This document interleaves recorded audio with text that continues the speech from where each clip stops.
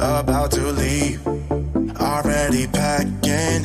Come with me, I'm not really asking. We'll get away to a place where we don't know.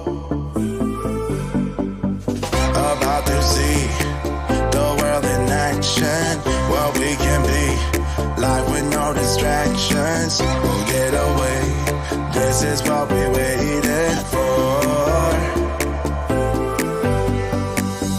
Take my hand, we'll make it somehow. We can't miss out.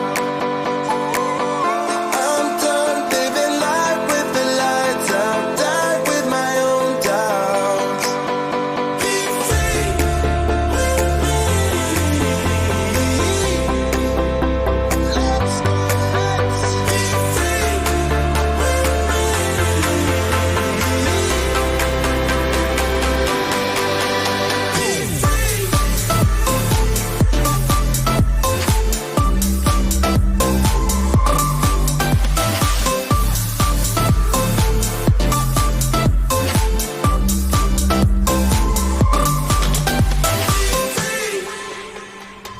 not looking back. Hello, everybody, and welcome to Tea Time with RK. I am so excited for today's guest. I have none other than Mrs. Melissa Spears Casteel. And Melissa, we had the pleasure of meeting just a few months ago at the Money Meets Mindset Summit. And during that event, of course, Melissa rocked the house. And I'd love to tell you a little bit about this incredible woman. So, Melissa is on a mission and she has a deep desire to help you grow and become the best that you can be. She's been a conscious student of the universe for 45 plus years. And during that time, she has worked out in the business world in so many different levels. She's worked and seen the best and the worst of multi-level marketing. She's also been a public school teacher and has worked with amazing special needs students. And now she is a teacher to anyone who is eager to learn and ready to learn how much life truly has to offer. So, Melissa, thank you so much for being here for Tea Time. Oh my goodness, RK, the honor is all mine. I am so excited to be here. Thank you, thank you. My absolute pleasure. My pleasure. So, I want to start off a little bit. You've worked in many different faceted roles over the years. I'd love to hear a little bit about your journey and how you started and now where you are today. Goodness, I spent a big part of my life, adult life, as a retail worker, and I loved retail. Although it does take the ho ho ho out of Christmas, but it was a lot of fun, and I had a great boss. The store owner did wonderful things for us, and so I was honored to be in such a positive situation in the retail business. While in that business, I was able to meet a woman by the name of Diane Toohey. And Diane took me under her wing. She was an intuitive consultant. She had been tested at um, Arkansas Medical School for the Medical Arts, or the medical school there. Within, they established her accuracy to be 98 to 99%, twisting things up. And we traveled. We got to travel and meet a bunch of different people and have all sorts of spiritual experiences. And I am always eternally grateful to her. She did just pass a couple of months ago, but I saw her even this morning. She was smiling down, and that was beautiful. So uh, she really enriched my life. As you said, I taught school. Spent 16 plus years in a public school setting and taught special education. These were more severely involved kiddos. They were absolutely wonderful. Most of them, for instance, I have a classroom of 10 in a middle school. And I had a teaching partner, and most of our kids couldn't speak, they couldn't read, But these are kiddos who had spent their whole lives being told, you can't do that. Oh, you can't do that. Frankly, I think most children are told too much that you can't do that. But the special needs, you can understand protective parents saying, no, you can't. And so that's what they believed. Well, that was baloney. So we spent our time going from I can't to how can I? And I have tried to carry that forward in life. That is my whole uh, mode of operation. It's not I can't do something. How can I do something? And at one point in network marketing, we were involved with a financial education company, incredible company, changed our lives forever, saved our marriage, as a matter of fact. And in this company, people would say, oh, I can't afford it. And we would teach people to go from, oh, I can't afford it, to how can I afford it? How can I afford it? What can I do so that I can afford that? And that was helping people on that level. And I've always been helping people, and I've always enjoyed it. So after teaching school for 16 plus years, I had to have surgery, and the doctor said, well, you can't lift anything over, you can't lift anything or bend over for several months. Well, how do you have a special education classroom? I didn't feel like I could really serve that way.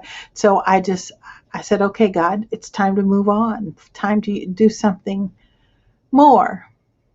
And that takes me up to where I am in my adventure in life now.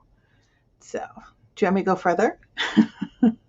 Absolutely. Well, it's interesting that you started off in retail. I also started off in retail. That was my first little job, and Yeah. it was my first leadership position.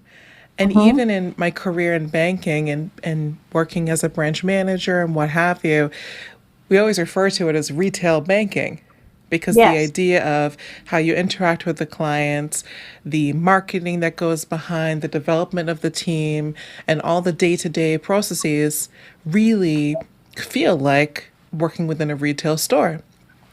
So I think that there is something really powerful about working in retail and working with the public in a very direct way that helps Mm-hmm. you help people differently and look at people differently across the board because you see the best and the worst, right? You see, Absolutely. Absolutely. And you're exactly right. Of course, anytime you're face to face with the public, that is like retail. But yeah, my eyes were really opened in the retail world, and like I said, I loved it. I loved it, but it's a hard life. It's a hard life.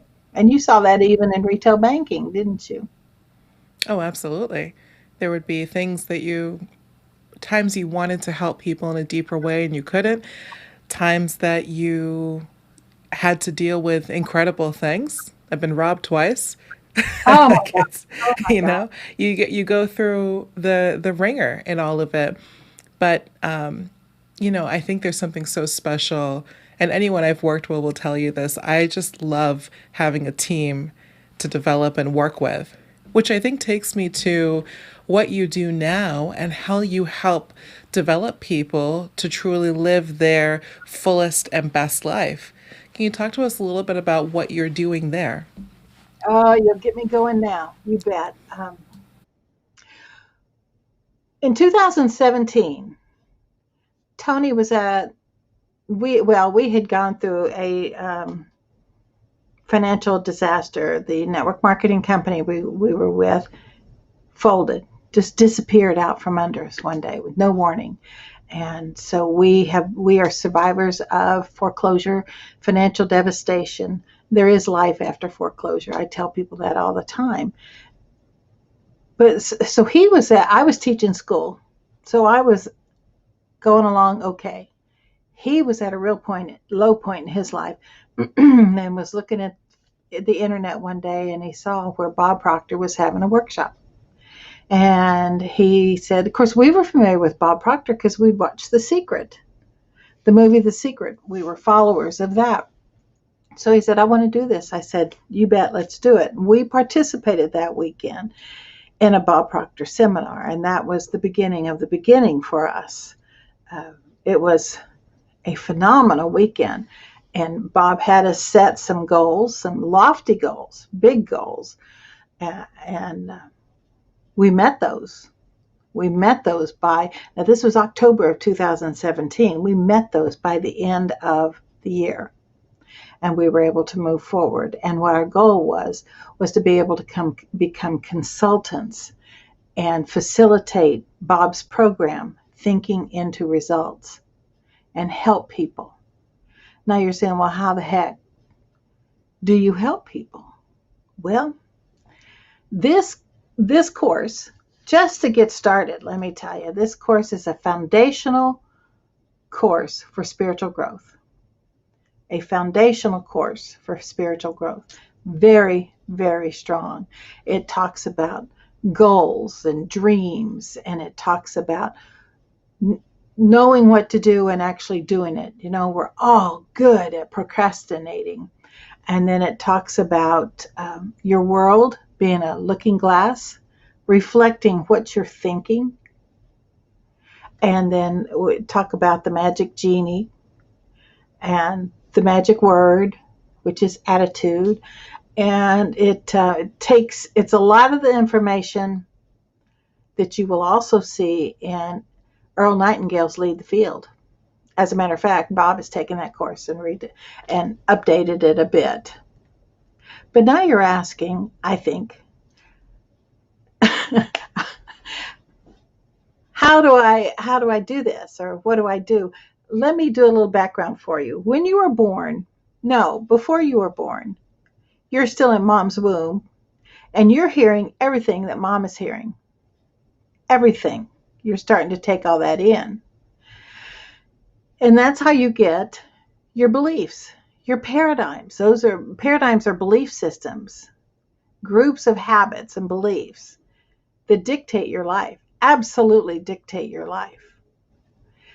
Now, you get your paradigms from your mom and dad. They got their paradigms from their mom and dad. They got their paradigms from their mom and dad. And you get the picture. It goes way, way back. It's just staggering if you start to think about it. So nothing about you, or very little, is original. Now, those belief systems govern everything from the colors you like, the clothes you like to wear, the food you like to eat, your political leanings. It dictates everything in your life.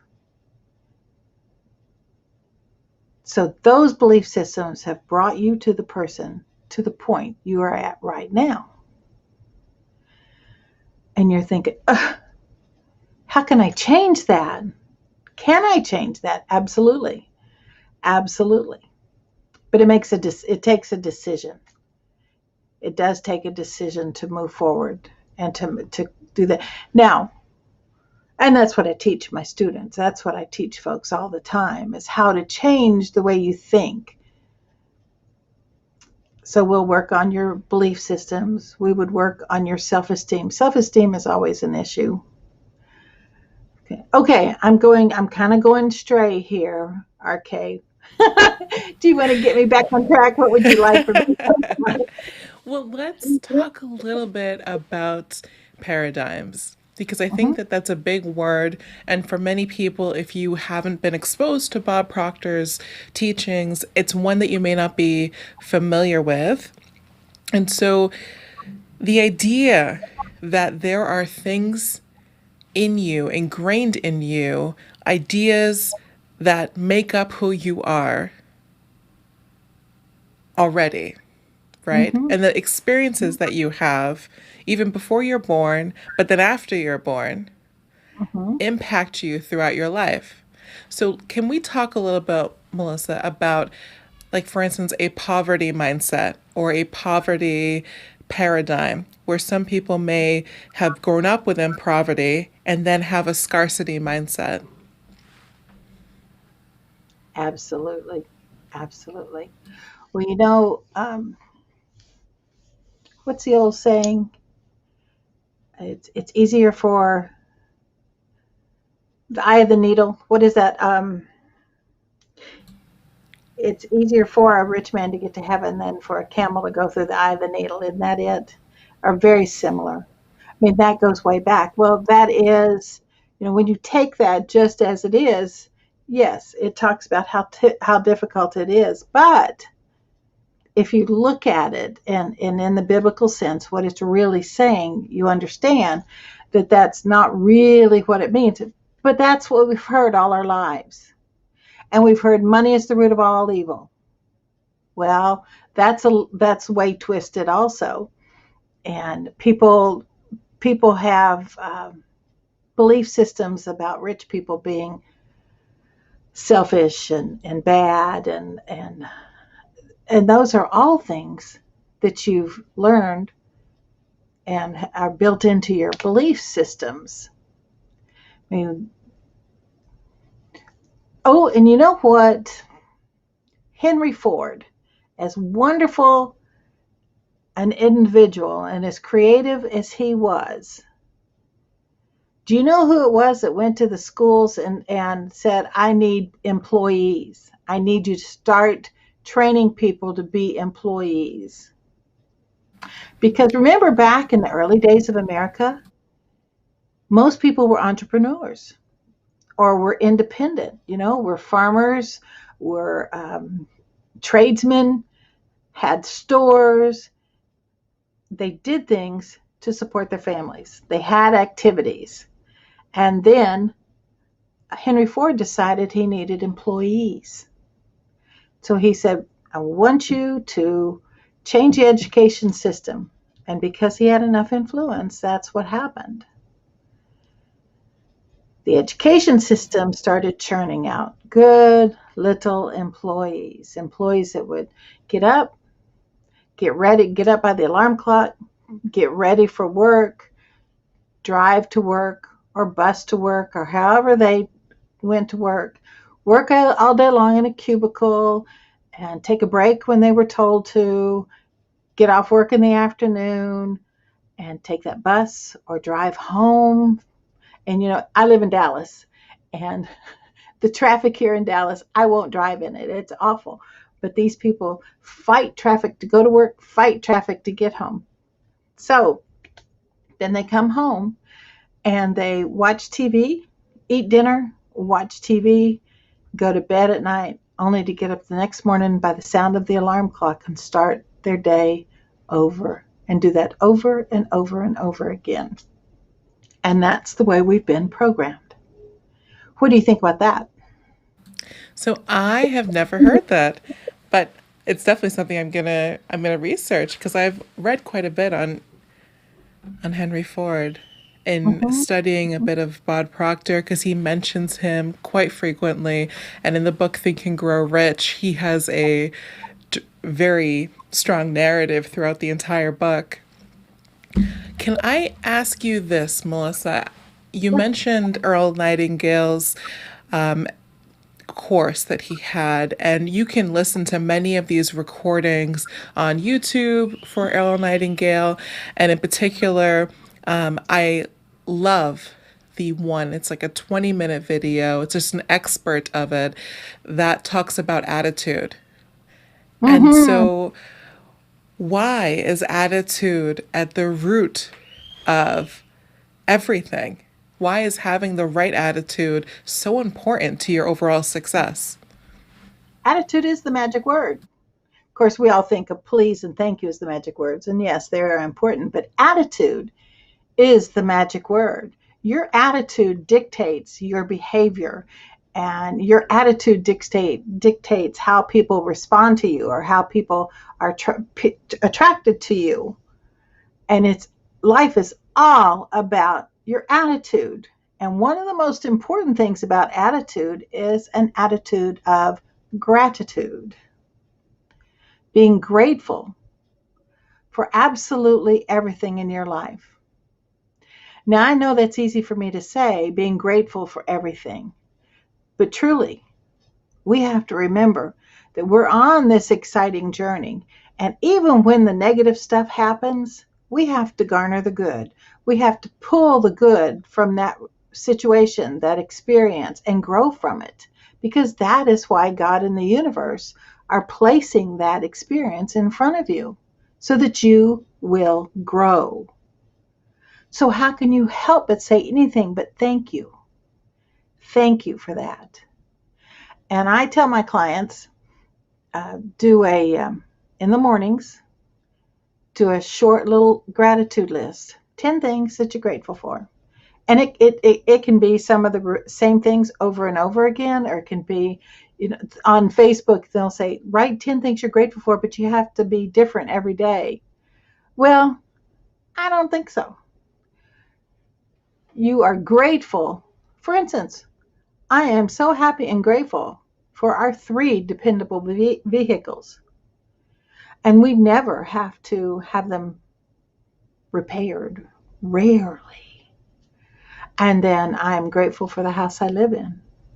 I'm so happy and grateful for my husband and my son and my daughter. And now understand that my son and my daughter are not my biological children, but I couldn't love them more. And I'm so grateful that God brought those children to me, and I had the honor to raise them.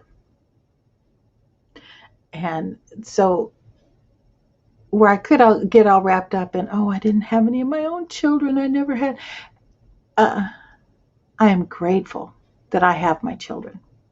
So you can see where gratitude is tied with attitude, right?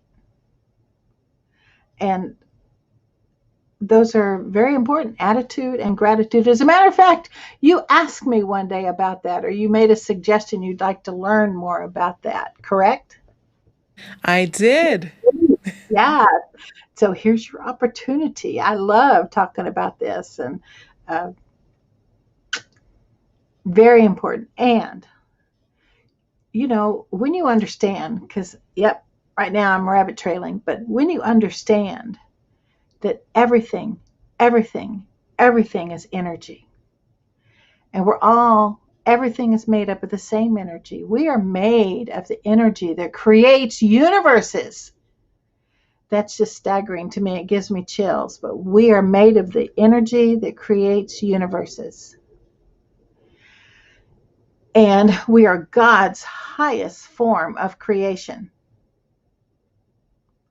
So it is our job to be the best we can be. Now, there's a little word that can either be good or bad, depending on what you put. Self-esteem. Self-esteem. I have a close buddy who says, her quote is, and I quote her all the time, self-esteem, it's always an issue. And it is. It is always an issue. I can talk to people about any situation in life, and so much of it will boil down to self-esteem, how somebody feels about themselves. I have a coworker, business associate friend who also works with Bob Proctor, and he does, and I'm sure he's not the only one, but he's so successful. And when I heard him talking about every year at the beginning of the year, he works on self-esteem directly for a period of time. I just think that's amazing, because we always have to work on our self-esteem, always. But here's a guy who really focuses on it. But your self-esteem is going to determine a lot of your attitude. And your attitude is also determined by your gratitude. Your gratitude determines your attitude. They're also linked. You can't separate them. Does that help? It does. And the interesting thing that many entrepreneurs, one of the struggles, and why I think, I told my husband today, I have a hypothesis. I think the reason there are so many mindset coaches, so many people who focus on attitude and working through yourself and better understanding yourself, is that is truly the number one thing that gets in our way. It is a we are the wonderful thing, number one thing that gets it in our own way, within the imposter syndrome, within the limiting beliefs, within the disbelief of our own power and own capacity and our own value. It's like once we can get through those things and actually just connect with people and help people in whatever way that we're meant to help them, whether it's with e-commerce or whether it's with a retail store or whether it's with coaching or any of those things. Once we can get through the noise, that's when we step into our power. Hmm. Hmm. I love it. Absolutely. That was very strong. That was very well put. Beautiful. Beautiful. Thank you. Yes. And, for a long time, I'd be working on the internet here and on Facebook and social media. And I'd say, okay, I need to, because you've got all these people saying, okay, you need to post this many times, you need to do this and this and this and this in order to build your business. And you got to look professional and all this other stuff. And I finally said, whoa, Nelly Bozo. And I've just decided to be myself, to just because I enjoy this so much, and this comes from my heart, and I cannot worry about what other people think. I feel such a sense of urgency at this time in life, in my life, in the world, that people have got to wake up and got to grow, got to grow. So I just decided to be myself and have fun with it, and it's uh, it's way different now. It's a lot more fun. I can imagine that it's a lot more fun. And quite honestly, as I've worked with different people and have watched different people on their journeys, I find that the people that I admire most are the people that are the most authentic and the most genuine. So, with that being said, Melissa, thank you so much for coming on Tea Time this week. You were amazing. I was like, pop up. I'm just so sad about that. I have loved this. Thank you so much, RK. This is has truly been fun and a blessing. I appreciate it so much, and please invite me back again. Without a doubt. Without a doubt. So, for everyone, if you would like to learn more about Melissa and get to experience her on a different level, I'm going to drop the link to her Facebook group below, along with to her Facebook profile, and you are welcome to reach out and learn more. I have to tell you, I myself am a huge fan of the Bob Proctor teachings, and that program is one that is on my list to experience. So Oh, I can't wait to take you through it. I can't wait. I know, I know. Well, and just remember that, and I know we need to go, but there is no new information. How you take it in is determined by the presenter and your level of readiness. So Bob is just sharing information that has just been out there. There is nothing new. Nothing is destroyed or created. So anyway, sorry, another rabbit trail. You're fine. You're fine, but it's true. So, for Hmm. everyone watching, have an amazing night, and I will see you on Sunday. See you next time. Bye. Bye. Thank you. About to leave, already packing. Come with me, I'm not really asking. We'll get away to a place where we don't know. About to see the world in action, what we can be, life with no distractions. We'll get away, this is what we waited